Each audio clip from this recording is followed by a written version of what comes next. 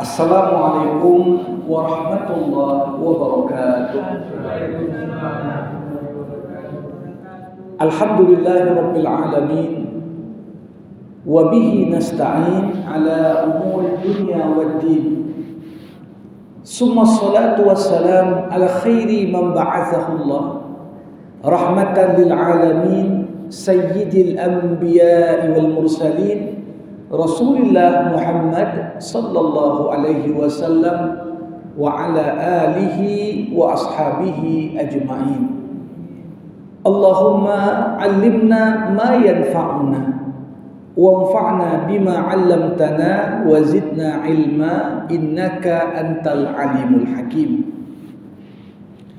Bapak-bapak, ibu-ibu, kaum muslimin dan muslimat jamaah rahimakumullah, marilah kita tak hentinya memanjatkan puja dan puji hanya kepada Allah, Tuhan yang Maha Kuasa, yang terus melimpahkan kita dengan berbagai nikmat dan karunia-Nya. Semoga dengan terus bersyukur kepada Allah, Allah pelihara nikmat-nikmat yang diberikan kepada kita dan tambahkan untuk kita pintu-pintu nikmat yang baru. Selawat berangkikan salam kita hadiahkan kepada Rasulullah Muhammad sallallahu alaihi wasallam. Allahumma salli wa sallim wa barik alaihi. Tentunya kita berharap kita tergolong dalam pengikut Rasulullah yang mendapatkan syafaat nantinya. Jamaah rahimakumullah, tidak ada satupun manusia di muka bumi ini kecuali mendambakan kesuksesan. Kita ingin sukses, dan dalam cara pandang seorang muslim, kesuksesan itu bukan hanya semata-mata ketika kita sukses di dunia, tapi hendaknya kesuksesan itu juga bisa menyelamatkan kita di akhirat.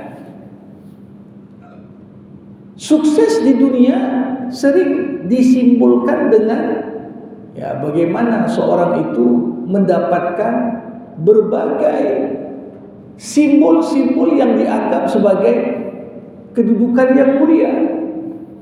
Kadang dengan harta, kadang dengan jabatan, kadang dengan nama baik.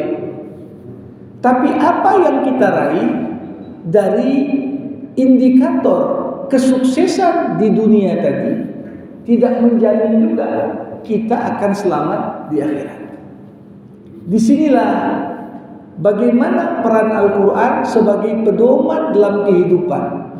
Quran menuntun kita apa-apa saja sifat yang perlu untuk kita tanamkan pada diri ini sehingga kita memperoleh kesuksesan yang paripurna. Nah, sukses yang paripurna, sukses dunia akhirat, dalam bahasa Al-Quran disebut falah. Itulah kemenangan. Tidak ada satupun agama selain Islam menyeru orang untuk beribadah dengan cara mengajak mereka meraih dan menjemput kesuksesan. Bagaimana seorang muazzin ketika menyeru agar orang sholat dan memakmurkan masjid, dia bukan hanya mengatakan hayya 'alas shalah, ayo kita sholat, tapi setelah kata-kata itu dia mengulang juga hayya 'alal falah. Seakan-akan Islam mengingatkan kepada kita, apapun ibadah yang kita kerjakan, salah satunya adalah sholat, adalah modal penting menjemput kemenangan di medan kehidupan yang sedang kita jalani. Jamaah rahimakumullah, menarik kalau kita melihat sebenarnya orang-orang yang dianggap memperoleh falah tadi, apa saja kriteria mereka, apa saja karakteristik mereka. Dan kalau kita merujuk kepada Al-Quran, Allah Subhanahu wa ta'ala dalam banyak ayat mengaitkan kesuksesan dan kemenangan yang paripurna ini dengan beberapa sifat. Yang pertama apa? Allah katakan, qad aflahal mu'minun alladzina hum fi salatihim khashi'un. Sukseslah orang-orang yang beriman. Apa sifatnya?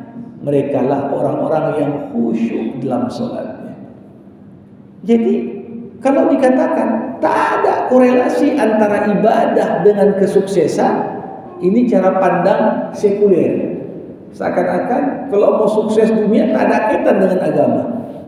Tapi dalam pandangan Islam, kita meyakini faktor penentu kita sukses dalam hidup apa? Campur tangan Allah.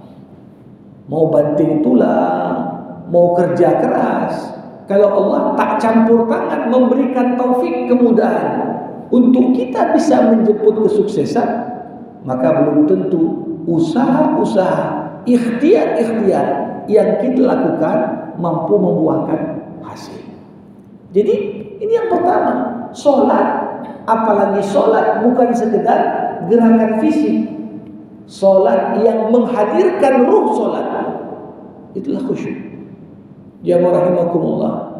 Menurut Imam Al-Ghazali, kenapa sholat dikatakan mampu mencegah orang yang melakukannya dari perbuatan keji dan mungkar? Karena hakikatnya, coba bayangkan, sehari semalam minimal kita 5 kali sholat yang wajib, yang fardu. Dan esensi serta hakikat orang yang sholat seakan-akan dia sedang berhadapan dengan Allah. Kalau kita tatkala bertakbiratul ihram membayangkan aku ini sedang menghadap Allah, maka tentunya kesadaran itu saja cukup untuk membuat kita malu ketika antara satu sholat dengan sholat berikutnya kita melakukan apa yang tergolong dalam bentuk kemaksiatan dan dosa kepada Allah. Coba bayangkan kita saja kalau melakukan pelanggaran terhadap aturan pimpinan kita, dan setiap hari kita harus menghadapnya 5 kali. Coba bayangkan, sedangkan pimpinan itu tahu apa yang kita perbuat. Bagaimana perasaan seorang hamba tatkala dia bertakbiratul ihram? Dia tahu Allah tahu apa isi hatiku. Dia sadar Allah tahu apapun yang kuperbuat setiap detiknya. Apakah momen ketika kita menghadap Allah itu tidak membuat kita tercegah dari segala perbuatan keji dan mungkar? Jamaah rahimakumullah. Nah, kita lihat dalam ayat lain, kemenangan dan keberuntungan dunia akhirat ini Allah kaitkan juga dalam surah Al-Hajj ayat 77 dengan melaksanakan ibadah yang sebenar-benarnya kepada Allah. Wa'budullah wa'budu rabbakum waf'alul khaira la'allakum tuflihun. Sembahlah Tuhan kalian, berbuatlah perbuatan yang baik, mudah-mudahan kalian meraih kemenangan. Nah, jadi ayat ini menggambarkan kepada kita bagaimana jalan kita untuk meraih kemenangan berkaitan dengan 2: menyembah Allah, berbuat baik. Karena selama ini orang sering anggap menyembah Allah itu hanya bentuknya hubungan kita dengan Allah, gak ada hubungan dengan sosial. Tapi Allah ingin tegaskan di ayat ini, setiap ibadah yang baik pasti mendorong kita berbuat kebaikan. Kalau sholatnya betul, pasti akan lahir kesalehan sosial. Kalau zakatnya betul, bukan didorong oleh rasa ria atau ingin menunjukkan status sosialnya atau status ekonominya, pasti zakatnya itu akan melahirkan kepedulian dan semangat solidaritas yang tinggi. Kalau kita puasa, betul puasa kita, pasti puasa itu akan melahirkan kepedulian sosial yang lebih baik, mendorong kita untuk berbuat kebaikan. Jadi setelah kita khusyuk dalam sholat, dikatakan lagi kemenangan dan keberuntungan dunia akhirat berkaitan dengan berbuat baik yang merupakan buah dari beribadah kepada Allah. Jamaah rahimahullah, siapa orang berikutnya yang dianggap beruntung? Di ayat di surah Al-A'raf ayat 8 Allah katakan, "Faman thaqulat mawazinuhu faulaika humul muflihun."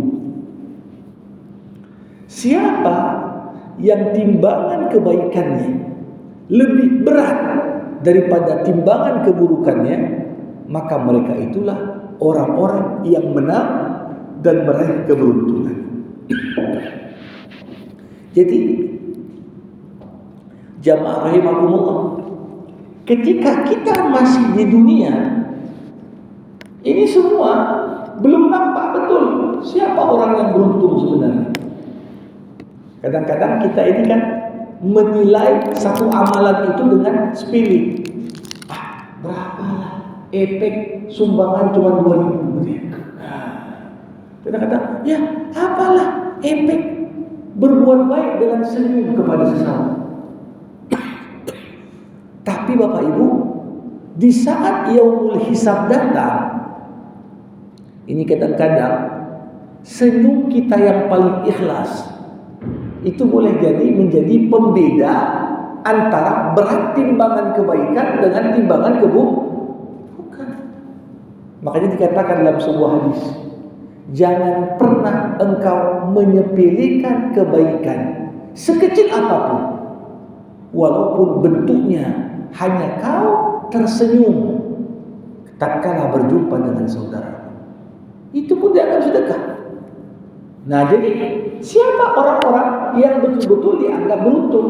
Tatkala ditimbang amalnya, timbangan kebaikan lebih berat daripada timbangan keburukan.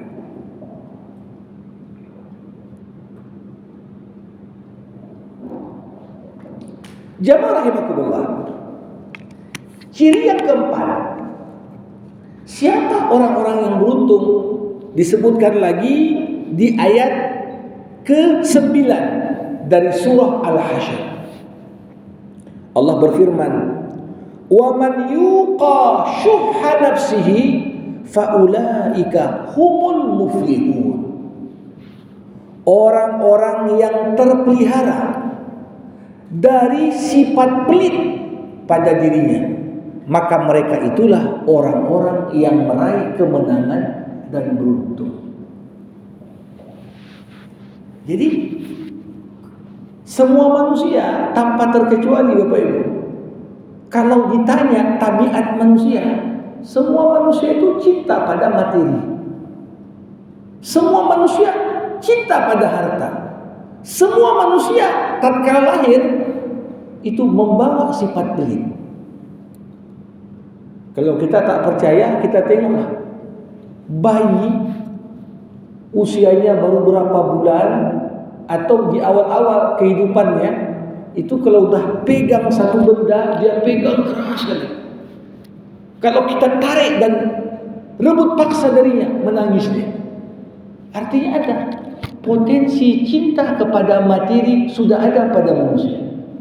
Makanya tidak ada satupun ayat Al-Quran yang menyuruh kita mengajarkan kepada diri kita, anak kita supaya cinta pada harta. Kenapa? Gak perlu diajarin pun, memang udah dari sananya. Gak perlu diajarin orang cinta harta. Justru agama membawa ajaran apa? Diajarkan kepada kita, kikis rasa pelitmu. Sifat pelit itu ada pada diri setiap orang. Makanya dia perintahkanlah kita untuk bersedekah. Digambarkan kepada kita di antara amalan yang paling tinggi derajatnya di sisi Allah adalah berwakaf. Coba bayangkan, orang mewakafkan tanahnya, orang mewakafkan rumahnya. Kalau dia punya kecenderungan pada cinta duniawi, hitung dia, berapa harga rumah ini kalau aku jual. Sedangkan ketika kita mewakafkan harta kita, berpindah kepemilikannya dari milik pribadi menjadi milik Allah. Gak boleh lagi kita hibahkan, gak boleh lagi kita jual, gak boleh lagi kita wasiatkan. Sudah berpindah kepemilikannya. Nah, gak semua orang siap untuk itu. Makanya dikatakan dalam ayat yang tadi saya bacakan, siapa orang yang beruntung? Justru ketika kita diberikan Allah keterpeliharaan dari sifat kikir dan pelit, itulah orang yang beruntung. Pernah suatu ketika Aisyah, istri Rasulullah, memasak kambing guling. Dipotong-potonglah kambing itu. Mulai Nabi membagikan satu persatu dari bagian kambing guling tadi ke tetangga dan para sahabat. Lantas Aisyah protes, Rasul, kok dibagikan semua? Ini gak tersisa lagi, tinggal pahanya aja untuk kita. Yang lain sudah kau bagikan. Apa kata Rasul? Wahai Aisyah, justru sebenarnya semuanya jadi milik kita kecuali pahanya, kata Rasulullah. Jadi Nabi Muhammad SAW ingin mengajarkan cara berpikir yang benar pada Aisyah. Bahwasanya apa? Milik kita yang sebenarnya bukan yang kita makan, bukan yang kita konsumsi. Justru apa yang kita kikis dengannya, sifat pelit dan kikir dengan berbagi, itulah harta kita yang sebenarnya. Jadi keterpeliharaan seseorang dari sifat pelit salah satu indikator keberuntungan. Jamaah rahimakumullah. Kita lihat lagi tanda yang kelima, siapa orang yang beruntung dan meraih kemenangan?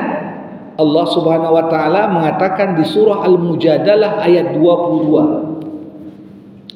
Ulaika hizbullah ala inna hizballah humul muflihun. Mereka itu adalah golongannya Allah, dan sesungguhnya golongannya Allah adalah orang-orang yang beruntung. Ketika disebut kata Hizbullah, sebagian orang langsung terbayang dia, ini jangan-jangan yang orang-orang di Lebanon itu. Bukan, itu pakai nama aja, ya.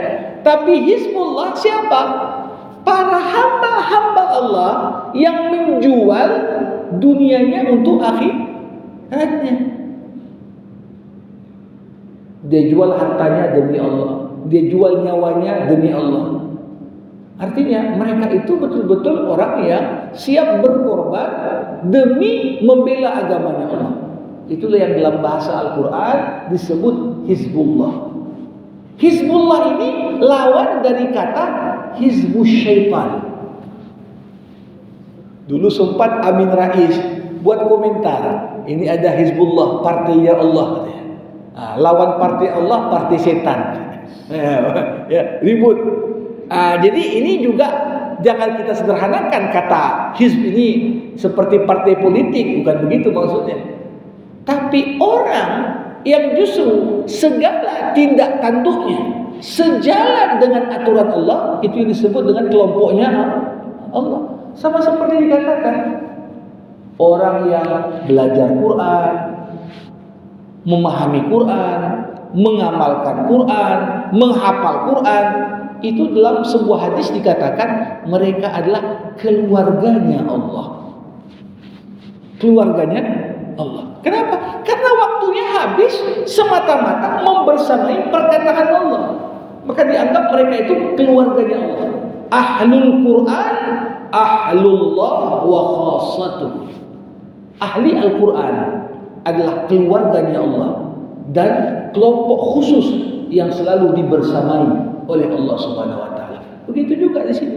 Hizbullah artinya ketika amanah ilmu yang Allah berikan pada kita, kita gunakan ilmu membela agama Allah. Ketika kita diberikan Allah amanah harta, harta yang Allah titipkan itu kita gunakan untuk membela agamanya Allah. Nah ini masuklah kita pada kelompok Hizbullah. Kelompok dan golongannya Allah, mereka lah orang-orang yang meraih keberuntungan dan kemenangan. Jamaah rahimakumullah, sifat yang keenam, siapa orang-orang yang beruntung? Disebutkan lagi dalam surah Al-Anfal ayat 45. Wazkurullaha katsiran la'allakum tuflihun. Banyak-banyaklah kau berzikir kepada Allah. Banyak-banyaklah kau mengingat Allah supaya kau beruntung, supaya kau meraih kemenangan. Jadi salah satu karakter orang yang menang siapa? Orang yang banyak mengingat Allah. Bapak Ibu, hidup kita akan senantiasa dalam keterpeliharaan ketika kita menjaga zikir kepada Allah. Selama ini banyak orang memahami zikir dalam arti yang sempit. Kalau disebut zikir, maksudnya apa? Ya zikir siap sholat lah, subhanallah, subhanallah. Ini namanya zikir mutlak. Sebenarnya apa? Zikir itu adalah segala aktivitas yang kita buat yang bisa membuat kita ingat sama Allah. Masuk dalam kategori zikir. Maka kalau kita ikut di pengajian seperti ini zikir juga. Ya, di saat kita hadir dalam majelis ilmu, disampaikan ayat-ayat Allah, disampaikan instruksi Allah dalam kehidupan. Gara-gara ngaji ini kita ingat sama Allah. Ini pun zikir. Sejam kita duduk di masjid, niat untuk menghadiri majelis ilmu, ini adalah zikir. Ketika kita sholat itu adalah zikir. Aqimis sholata li dzikri. Tegakkan sholat untuk mengingatku. Jadi mulai dari takbiratul ihram, Allahu Akbar, sampai salam, terhitung kita sedang berzikir. Ketika kita baca Quran itu pun zikir. Makanya sebagian orang kadang-kadang dia nggak paham, dia anggap ngapainlah dengar pengajian ini, aku ngaji aja di belakang. Tidak lebih utama membaca Quran di saat ada pengajian dibandingkan mendengar pengajian, karena sama-sama zikir. Sama-sama zikir. Dan Allah katakan wazkurullah katsiran. Banyak-banyaklah kau mengingat Allah. Jadi penekanannya bukan sekedar pada berzikirnya, tapi pada banyaknya. Kenapa penekanan pada kata banyaknya? Karena disebutkan dalam ayat yang lain, orang munafik pun berzikir. Cuman orang munafik enggak tahan zikir lama-lama. Wala yazkurunallah illa qalila. Mereka itu berzikir, tapi cuma sedikit. Kadang-kadang begitu diajak cerita akhirat, aduh ngantuk kali nih, ulang-ulang. Kalau cerita tentang pertandingan bola 5 jam tahan dia. Jadi kadang-kadang di situ kita lihat segala yang membuat kita ingat sama Allah itu pada hakikatnya adalah bagian dari zikir, dan zikir membawa kepada keberuntungan. Jamaah rahimakumullah.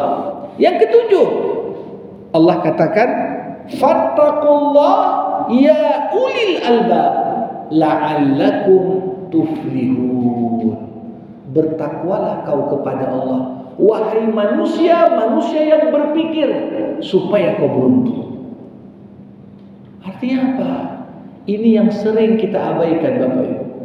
Salah satu yang membawa keberuntungan adalah ibadah tafakkur, ibadah kontemplasi, ibadah memikirkan dan membayangkan keagungan Allah di balik alam semesta yang diciptakannya.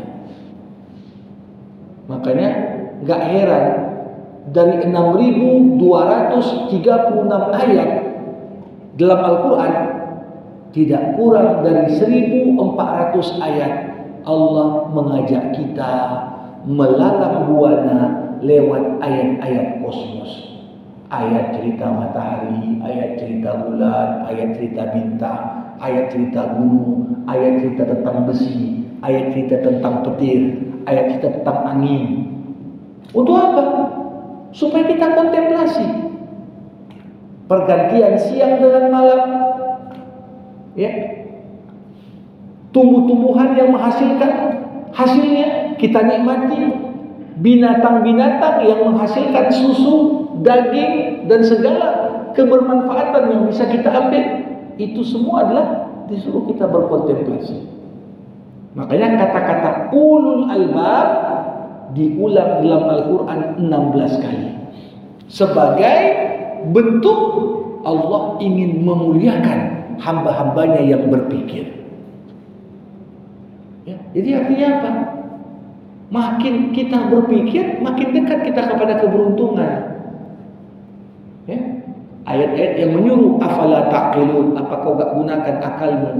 Afala yanzurun, apa kau tak meneliti? Disuruh. Kenapa? Itu salah satu kunci dan langkah meraih keberuntungan dan kemenangan. Yang kedelapan, jamaah rahimakumullah,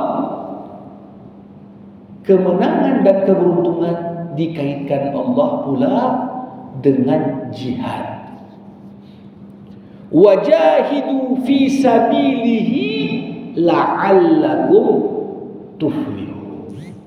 Berjihadlah kalian di jalannya supaya kalian beruntung.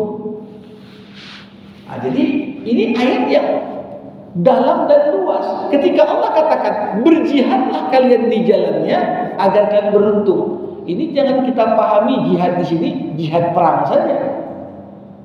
Jihad dalam segala aspek. Ketika seorang muslim punya modal, dia buat pabrik. Dengan pabrik itu dia bisa buka lapangan pekerjaan untuk banyak orang-orang sehingga hidup banyak keluarga gara-gara pabriknya itu. Ini bentuk jihad. Ketika seorang dokter dengan keilmuan yang dia miliki, dia membantu orang-orang ekonomi lemah bisa mendapatkan layanan kesehatan. Ini pun bentuk jihad. Sebagaimana digambarkan juga, jihad tertinggi dalam Islam adalah jihad dengan Al-Quran. Artinya apa? Jihad tertinggi itu adalah ketika kita mendakwahi orang, mengajak dia pada kebaikan. Dan itu bukan hanya tugas yang dimonopoli oleh para ustaz saja. Tiap orang dalam batasan kemampuannya. Ya, seorang ahli pertanian dengan ilmunya bisa dia ajak orang kemudian membayangkan kebesaran Allah lewat ilmu yang dia punya. Seorang ahli di bidang ilmu apapun, kemudian dia bisa sampaikan ilmu itu menggambarkan kepada orang yang mendengar tentang keagungan dan kebesaran Allah. Kenapa? Karena sesungguhnya alam semesta ini adalah kitab terhampar yang di dalamnya terdapat bukti kebesaran Allah Subhanahu wa taala. Jadi berjihad, apakah jihad melawan hawa nafsu? Apakah berjihad dengan harta? Apakah berjihad dengan nyawa di medan perang? Apakah berjihad dengan ilmu? Apakah berjihad dengan apapun yang Allah titipkan, dengan hikmah, dengan debat, dengan ajakan yang cara yang baik? Itu semua adalah bentuk-bentuk dari jihad di jalan Allah. Dan yang terakhir, jamaah rahimakumullah, apa karakter orang yang beruntung? Dikatakan dalam surah An-Nur ayat 31, wa tubu ilallahi jami'an ayyuhal mu'minun la'allakum tuflihun. Bertobatlah kalian semua, wahai orang-orang yang beriman, supaya kalian beruntung. Jadi ciri orang beruntung itu apa? Orang yang bertobat. Tobat itu adalah kunci yang menghantarkan kita kepada keberuntungan. Bapak Ibu, jamaah rahimakumullah, dalam banyak ayat selalu Allah ketika nyuruh kita tobat, Allah nyuruh kita tobat itu rame-rame, selalu dalam bentuk jamak. Nggak disuruh tobat satu orang, disuruh tobat kalian semua, kata Allah. Kenapa? Karena buah dari tobat hanya dapat kita rasakan dengan maksimal kalau jumlah yang bertobat itu banyak. Saya sering memperumpamakan begini Bapak Ibu. Kalau kita punya handphone ini canggih, yang paling baru, yang paling mahal. Apalah manfaat handphone sama kita kalau semua kenalan kita tak punya handphone? Mau handphone siapa pun, gak ada nomornya. Mau WA siapapun, si Fulan gak punya WA. Kapan telepon itu bermanfaat? Kalau kita punya, orang lain juga punya. Kalau dari masyarakat cuma satu orang yang bertobat, yang lainnya nggak bertobat. Bukannya saya katakan tidak ada manfaatnya, ada, tapi sangat terbatas. Bayangkan sulitnya orang jujur di tengah masyarakat tukang tipu semua. Tapi di saat kita sama-sama tobat, udahlah kita nggak mau nipu lagi lah. Paling nikmat itu ketika kita jujur di tengah-tengah orang jujur. Baru kita rasakan nikmatnya jujur itu. Apapun diucapkan orang, kita nggak ragu lagi. Orang jujur semua kok. Tapi kalau kita sendiri yang jujur, yang lainnya tukang tipu. Nah ini, apapun yang orang ucapkan, kita akan penuh dengan sakwa sangka. Betul nggak yang dibilangnya? Betul nggak yang dibuatnya?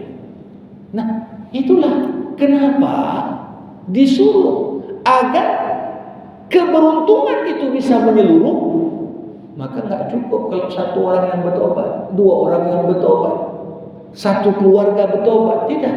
Tapi bagaimana kita saling mengingatkan untuk bertobat. Taubat adalah jalan untuk menjemput keberuntungan dan kemenangan.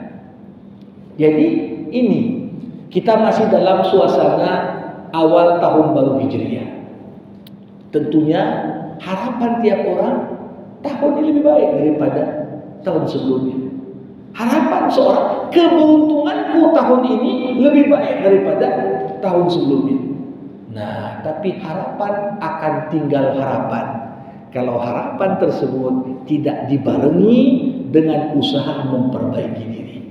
Ada 9 sifat tadi: khusyuk dalam sholat, menyembah Allah dan berbuat baik, menjauhi sifat kikir, kemudian membela agama Allah, kemudian banyak-banyak berzikir, kemudian bertafakur pada penciptaan Allah, kemudian berjihad dalam batasan kapasitas kemampuan kita masing-masing. Barulah yang terakhir, kita bertobat dengan sebenar-benarnya. Inilah kunci memasuki tahun baru Islam. Harapan lebih baik keberuntunganku tahun ini dengan kita implementasikan nilai-nilai, sifat-sifat yang diisyaratkan oleh Al-Quran sebagai jalan menjemput kemenangan dan keberuntungan. Mudah-mudahan apa yang disampaikan di jumpa kita malam hari ini bermanfaat. Kita buka diskusi dan tanya jawab sebelum saya tutup nantinya dengan doa. Dipersilahkan.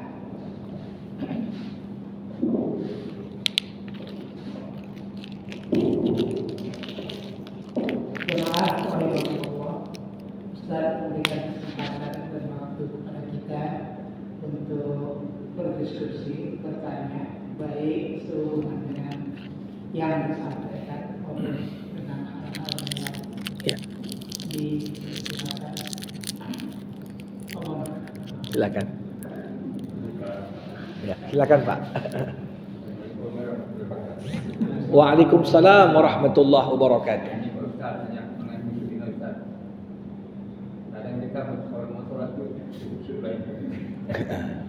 Ya.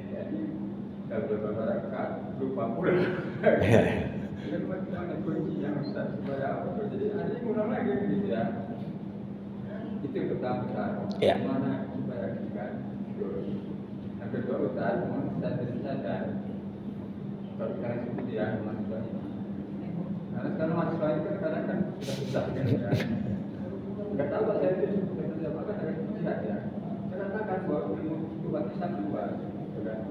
Nah tugas kita adalah menjaga alam ini, Iya. ya kan? Iya. Jadi kita itu akan diminta tanggung jawab kepada yang maha kuasa. Iya. Itu sebenarnya jihad itu sudah. Iya. Kita nggak sadar gitu ya. Iya. Iya. Jadi kemudian ya kita tambah lagi dan kita. Iya. Ayah harus dengan kita. Iya. Iya. Iya. Sudah. Itu aja. Baik, terima kasih, Prof. Ya, jadi gimana cara mereka khusyuan? Ini kan khusyuk. Bagaimana kita masuk dalam solat? Pertama, pikiran kita jernih. Yang kedua, kita menjauhkan dari faktor yang menghilangkan ketenangan. Kalau orang terburu-buru, misalnya dikejar sesuatu, ini cuma waktunya 5 menit di solat, pasti nggak akan khusyuk itu. Kenapa? Karena dari awal dia sudah terburu-buru. Makanya dalam Islam tak boleh solat kalau lagi lapar dan makanan udah dihidang. Ya, suruh makan dulu. Kenapa? Lebih bagus makan ingat solat daripada solat ingat makan, itu dia. Tak boleh kita solat di saat mau takbiratul ihram udah terasa sesak mau buang air. Udahlah nanti ajalah solat dulu. Gak akan khusyuk itu. Karena terburu-buru. Gak akan kita khusyuk ketika kita berada di tempat yang ribut. Ya. Solat membutuhkan ketenangan. Nah, maka dari itu dikatakan kunci solat diawali dari bagaimana kita menghadirkan khusyuk saat berwudu. Wudu pun ada khusyuknya. Apa makna khusyuk dalam berwudu? Tatkala kita membasuh anggota tubuh yang diperintahkan untuk dibasuh, kita membayangkan, aku membersihkan ini semua karena aku akan berjumpa dengan Tuhan penguasa alam. Kalau kita jam sekian ada janji temu dengan apa? Dengan rektorkah? Dengan gubernurkah? Dengan pejabatkah? Pasti kita akan siapkan. Sekian menit sebelum apa? Udah siap kita. Baju kita udah kita pastikan wangi, semuanya udah disisir dengan rapi. Tapi sering sekali saat sholat nggak begitu kita buat. Nah, jadi esensi khusyuk itu diawali dari apa? Membayangkan keagungan siapa yang akan kita jumpai dalam sholat. Itu kunci pertama. Nah, maka dari itu sering juga dikatakan bahwasanya bagaimana kondisi di luar sholat akan mempengaruhi kekhusyuan dalam sholat. Kalau dia di luar sholat mencuri, kalau dia di luar sholat melakukan hal-hal yang tidak Allah perkenankan, terbawa juga itu. Ya, kebiasaan di luar sholat dalam sholat, teringat dia, utang ini belum terbayar nih, gitu. Kunci ini lupa di mana, jula-jula tuh belum disetor. Semua aktivitas di luar sholat datang diingatkan pada kita dalam sholat. Jadi kalau di luar sholat kita jaga aktivitas kita dalam batasan ketaatan, maka efeknya ke sholat. Efeknya ke sholat. Ya, kalaupun ingat ketaatan, bukan ingat yang jelek-jelek. Itu yang pertama. Nah, tadi memang penting sekali dalam konteks zaman sekarang. Tugas dosen sebagai pendidik ini kan bukan hanya transfer ilmu. Kalau sekedar transfer ilmu dari internet pun bisa dia baca apa yang terbaru. Tapi salah satu fungsi dan peran kita adalah brainstorming tadi. Dimasukkan nilai lewat pengalaman hidup. Ya, kadang-kadang kalau ilmu duniawi ini hanya kita sampaikan tanpa dikaitkan dengan nilai agama, apa bedanya dengan ilmu-ilmu sekuler lain? Tapi hakikatnya apa? Semua ilmu kan sumbernya dari Allah juga. Alam semesta beserta segala isinya itu pun kitabnya Allah. Ada kitab yang tertulis, ada kitab yang terhampar.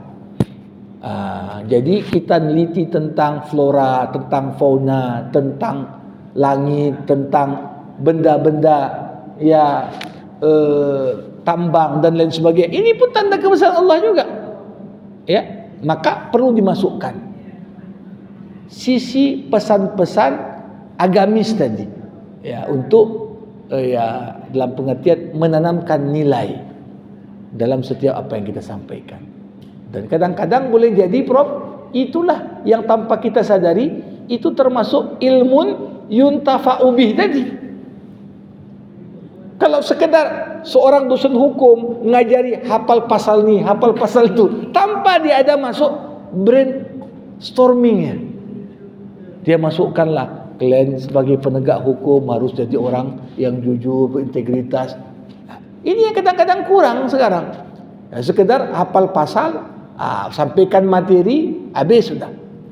Tapi kemudian sisi pesan yang membuat kita ini mentransfer nilai, bukan sekedar knowledge. Knowledge semua bisa, tapi nilai value ini yang kadang-kadang kita lupakan dalam proses pendidikan kita. Demikian Prof tanggapan saya. Terima kasih. Silakan Pak Atta. Ya. Waalaikumsalam warahmatullahi wabarakatuh. Ini tentang ikut dan pelit nih. Iya. Apakah kalau kita itu kan jalan keluar di mobil itu ada mobil ya. Di perempatan itu kan banyak meminta habis segala modus. Iya. Ya kita kasih apa tergolong pelit. Sementara di lain waktu kita diputar soal ngasih mau ya. Iya. Apakah itu tergolong ikut dan pelit karena kadang jangan-jangan ini memang perlu gitu. Iya. Ya. Terima kasih, Pak. Jadi sebaik-baiknya kedermawanan adalah ketika kita menyampaikan sesuatu kepada yang memang berhak untuk menerimanya. Dalam agama, orang yang membutuhkan itu ada dua macam. Ada namanya as-sa'il, ada namanya al-mahrum.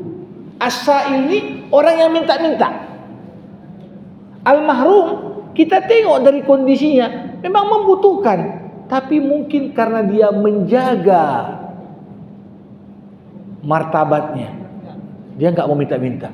Kalau mau dikasih ya kasih, kalau enggak aku tak akan rendahkan diriku di depan orang.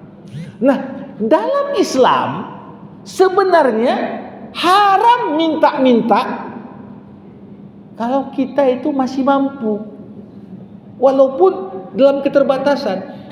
Makanya dikatakan dalam sebuah hadis, siapa yang minta-minta kepada orang padahal pada dirinya ada yang Allah berikan yang mencukupkan untuknya, maka merekalah orang-orang yang nanti pada hari kiamat dibangkitkan dalam kondisi tak lagi berdaging.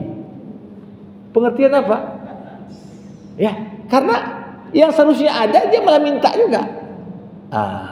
Realita kita lihat sekarang, karena tak jarang gepeng ini, gelandangan pengemis, sebagai salah satu masalah sosial selain masalah ekonomi, ini juga tak jarang bukan hanya sekedar isu-isu semata. Dalam kajian-kajian dan riset, ya ini bahkan ada sindikatnya diatur. Bahkan tak jarang dipakailah anak bayi, disewa anak bayi ini supaya memainkan rasa iba pada orang agar ngasih.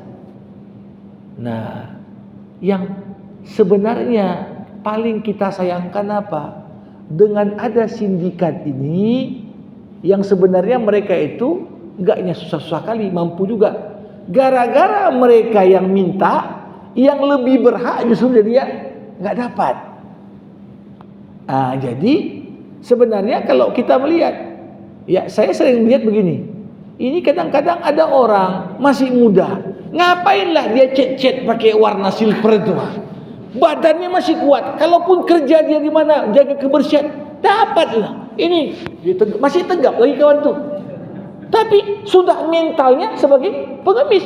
Ketika kita kasih, ini kadang-kadang justru dampak sosial buruknya jangka panjang lebih besar. Kenapa? Akhirnya orang bermental pengemis. Makanya dulu ada sahabat, dia masih muda, usia 30-an, tapi buat proposal aja kemana-mana, minta saja. Jadi suatu ketika jumpa sama Nabi, Nabi tanya, apa yang ada di rumahmu? Nabi, aku cuma punya 2 piring sama 2 cangkir. Oh kalau gitu, kau bawa kemari 1 cangkir sama 1 piring, 1 lagi biar di rumahmu. Setelah dibawanya, sahabat tadi gak ngerti, untuk apa Rasul suruh aku bawa cangkir sama piring? Rupanya Nabi Muhammad kemudian berkata, siapa yang mau beli cangkir dan piring ini? Dilelang oleh Nabi, cangkir dan piringnya dikasih kepada yang mau bayar paling mahal. Akhirnya lakulah cangkir dan piringnya itu 2 dirham. Nabi berkata, 1 dirham kau beli gandum, 1 dirham lagi kau beli kapak. Kemudian Nabi berkata, aku tak mau lihat kau minta-minta 2 minggu, kata Rasulullah. 2 pekan jangan nampak lagi kau minta-minta. Akhirnya dilaksanakan apa yang diwasiatkan Nabi. Dibelinya kapak, dibelinya juga 1 dirham gandum. Itulah untuk makan dia setelah berapa hari. Setelah 2 pekan jumpa sama Rasulullah, wajahnya pun sumringah. Macam mana? Kata Rasulullah, alhamdulillah Nabi sekarang ada aja rezeki.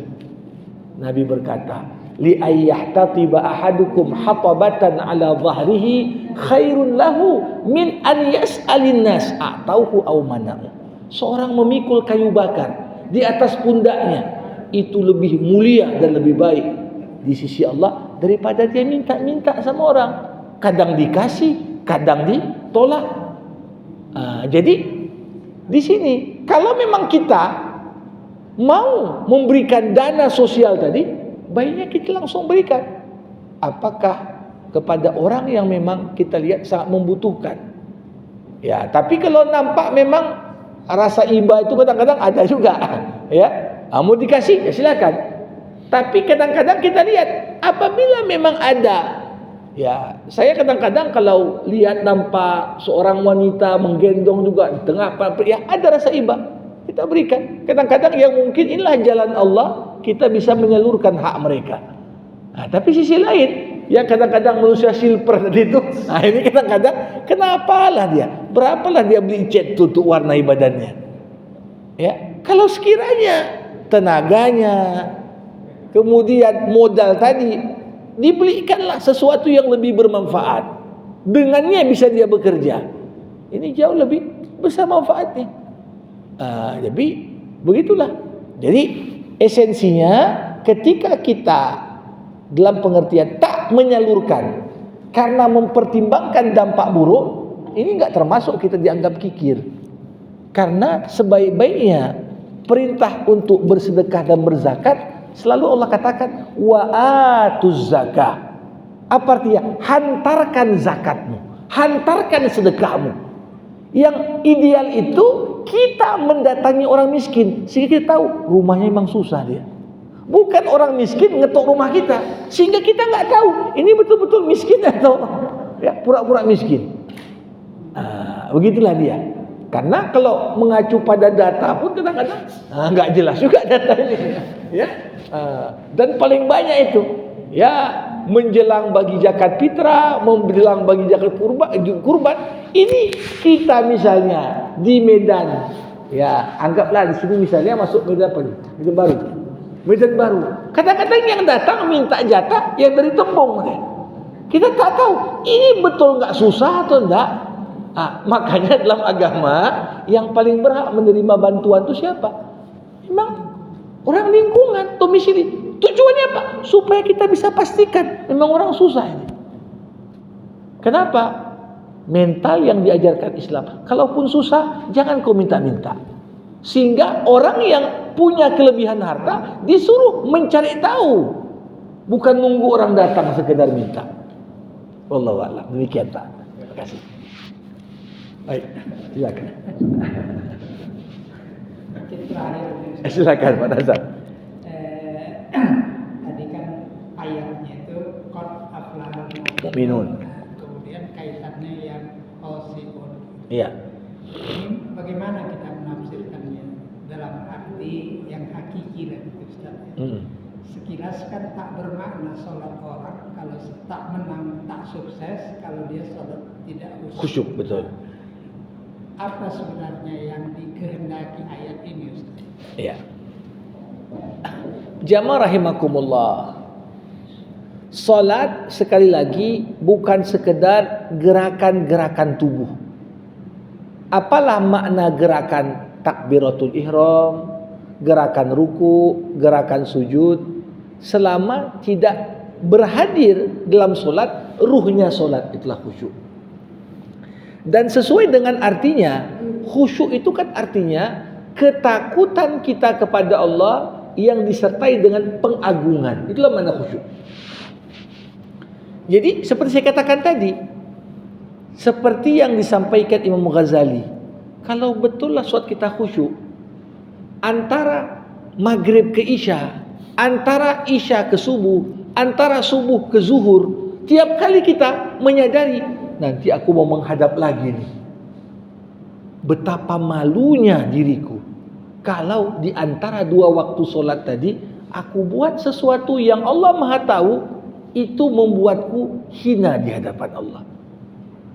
Kalau berhadirlah rasa yang demikian, ini kunci dari lahirnya pengawasan internal dalam diri setiap orang. Ya, kadang-kadang kan orang sekarang kuat di pengawasan eksternal. Kampus pun kapan akreditasi sibuk dia. Tapi kadang-kadang SPMI-nya nggak jalan, ya kan? Dokumennya dibuat-buat gitu aja. Nanti waktu asesor datang baru kita benahi. Gitu. Nah, tapi terkesan kita kadang-kadang nipu diri sendiri. Nah, disinilah pentingnya hakikat khusyuk dalam sholat tadi. Khusyuk dalam sholat tadi. Artinya apa? Ada mekanisme yang kita bangun. Bahwasanya apa? Nanti mau zuhur, ternyata antara subuh menuju zuhur banyak kali dia nipu. Ya, terbayang sama dia, gimana aku berani menjumpai Allah sedangkan Allah itu tahu aku nipu. Begitu juga berganti waktu sholat. Kalau dihadirkan saja yang demikian itu, ini udah cukup membuat kita terhindar dari apa yang dapat menghalangi kita meraih kesuksesan. Jadi kunci pada khusyuk itulah lahirnya wazi', pengawasan internal yang ada pada diri seorang hamba. Dengan suatu khusyuk tak berani dia dusta, dengan suatu khusyuk tak berani dia nipu, dengan suatu khusyuk tak berani dia berkhianat. Itu semua masuk di situ. Kenapa? Akan datang sebuah momen aku berhadapan dengan Allah, Allah tahu apa yang kuperbuat sebelum aku sholat. Ini kunci. Kenapa? Dari begitu banyak sifat diawali dengan khusyuk. Karena khusyuk dalam solat ini bisa dikatakan salah satu indikator terpenting lahirnya pengawasan internal dalam diri seorang hamba. Demikian saja. Ya. Dikhawatirkan kan begini. Ya. Di balik orang yang berpengetahuan yang sederhana kita katakan, buat apa sholat kalau tidak khusyuk? Ya. Kan timbul pertanyaannya. Ya. Baik. Mungkin akhir ini dari sebelum kita berdoa, jamaah kita Pak Mufti baru selesai operasi. Syafahullah, syifa. Kemudian Pak Indra sekarang dalam tahap penyembuhan. Beliau mengalami stroke. Allah. Indra. Iya, Indra. Suami jadi mungkin berdoa sama kita di bawah. Yang di MIPA bukan? Iya, teknik. Allah. Berdoa kita mungkin Ustaz. Ya. Amin ya rabbal alamin.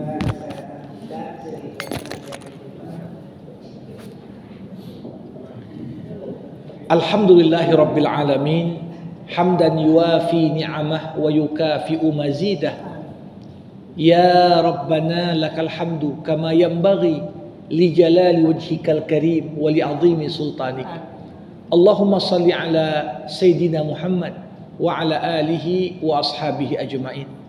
Allahumma aslih lana ديننا الذي هو عصمة أمرنا وأصلح لنا دنيانا التي فيها معاشنا وأصلح لنا آخرتنا التي إليها معادنا واجعل الحياة زيادة لنا في كل خير واجعل الموت راحة لنا من كل شر. اللهم أنت الشافي لا شفاء إلا شفاؤك فاشفي مرضانا وخصوصا لأخينا ملفي ولأخينا إندرا برحمتك يا أرحم الراحمين. اللهم اشفيهم وأنت الشافي لا شفاء إلا شفاؤك شفاء لا يغادر سقما. اللهم افتح لنا أبواب الخير وأبواب البركة وأبواب الصحة وأبواب السلامة وأبواب الشفاء من كل مرض وأذى يا رب العالمين. اللهم يا مقلب القلوب ثبت قلوبنا على دينك وعلى طاعتك. اللهم أدم لنا الصحة والعافية يا أرحم الراحمين. اللهم اجعل جمعنا هذا جمعا مرحوما وتفرقنا من بعده تفرقا معصوما. ربنا آتنا في الدنيا حسنة وفي الآخرة حسنة وقنا عذاب النار. وصلى الله على سيدنا محمد وعلى آله وصحبه أجمعين والحمد لله رب العالمين. Terima kasih. Assalamualaikum warahmatullahi wabarakatuh.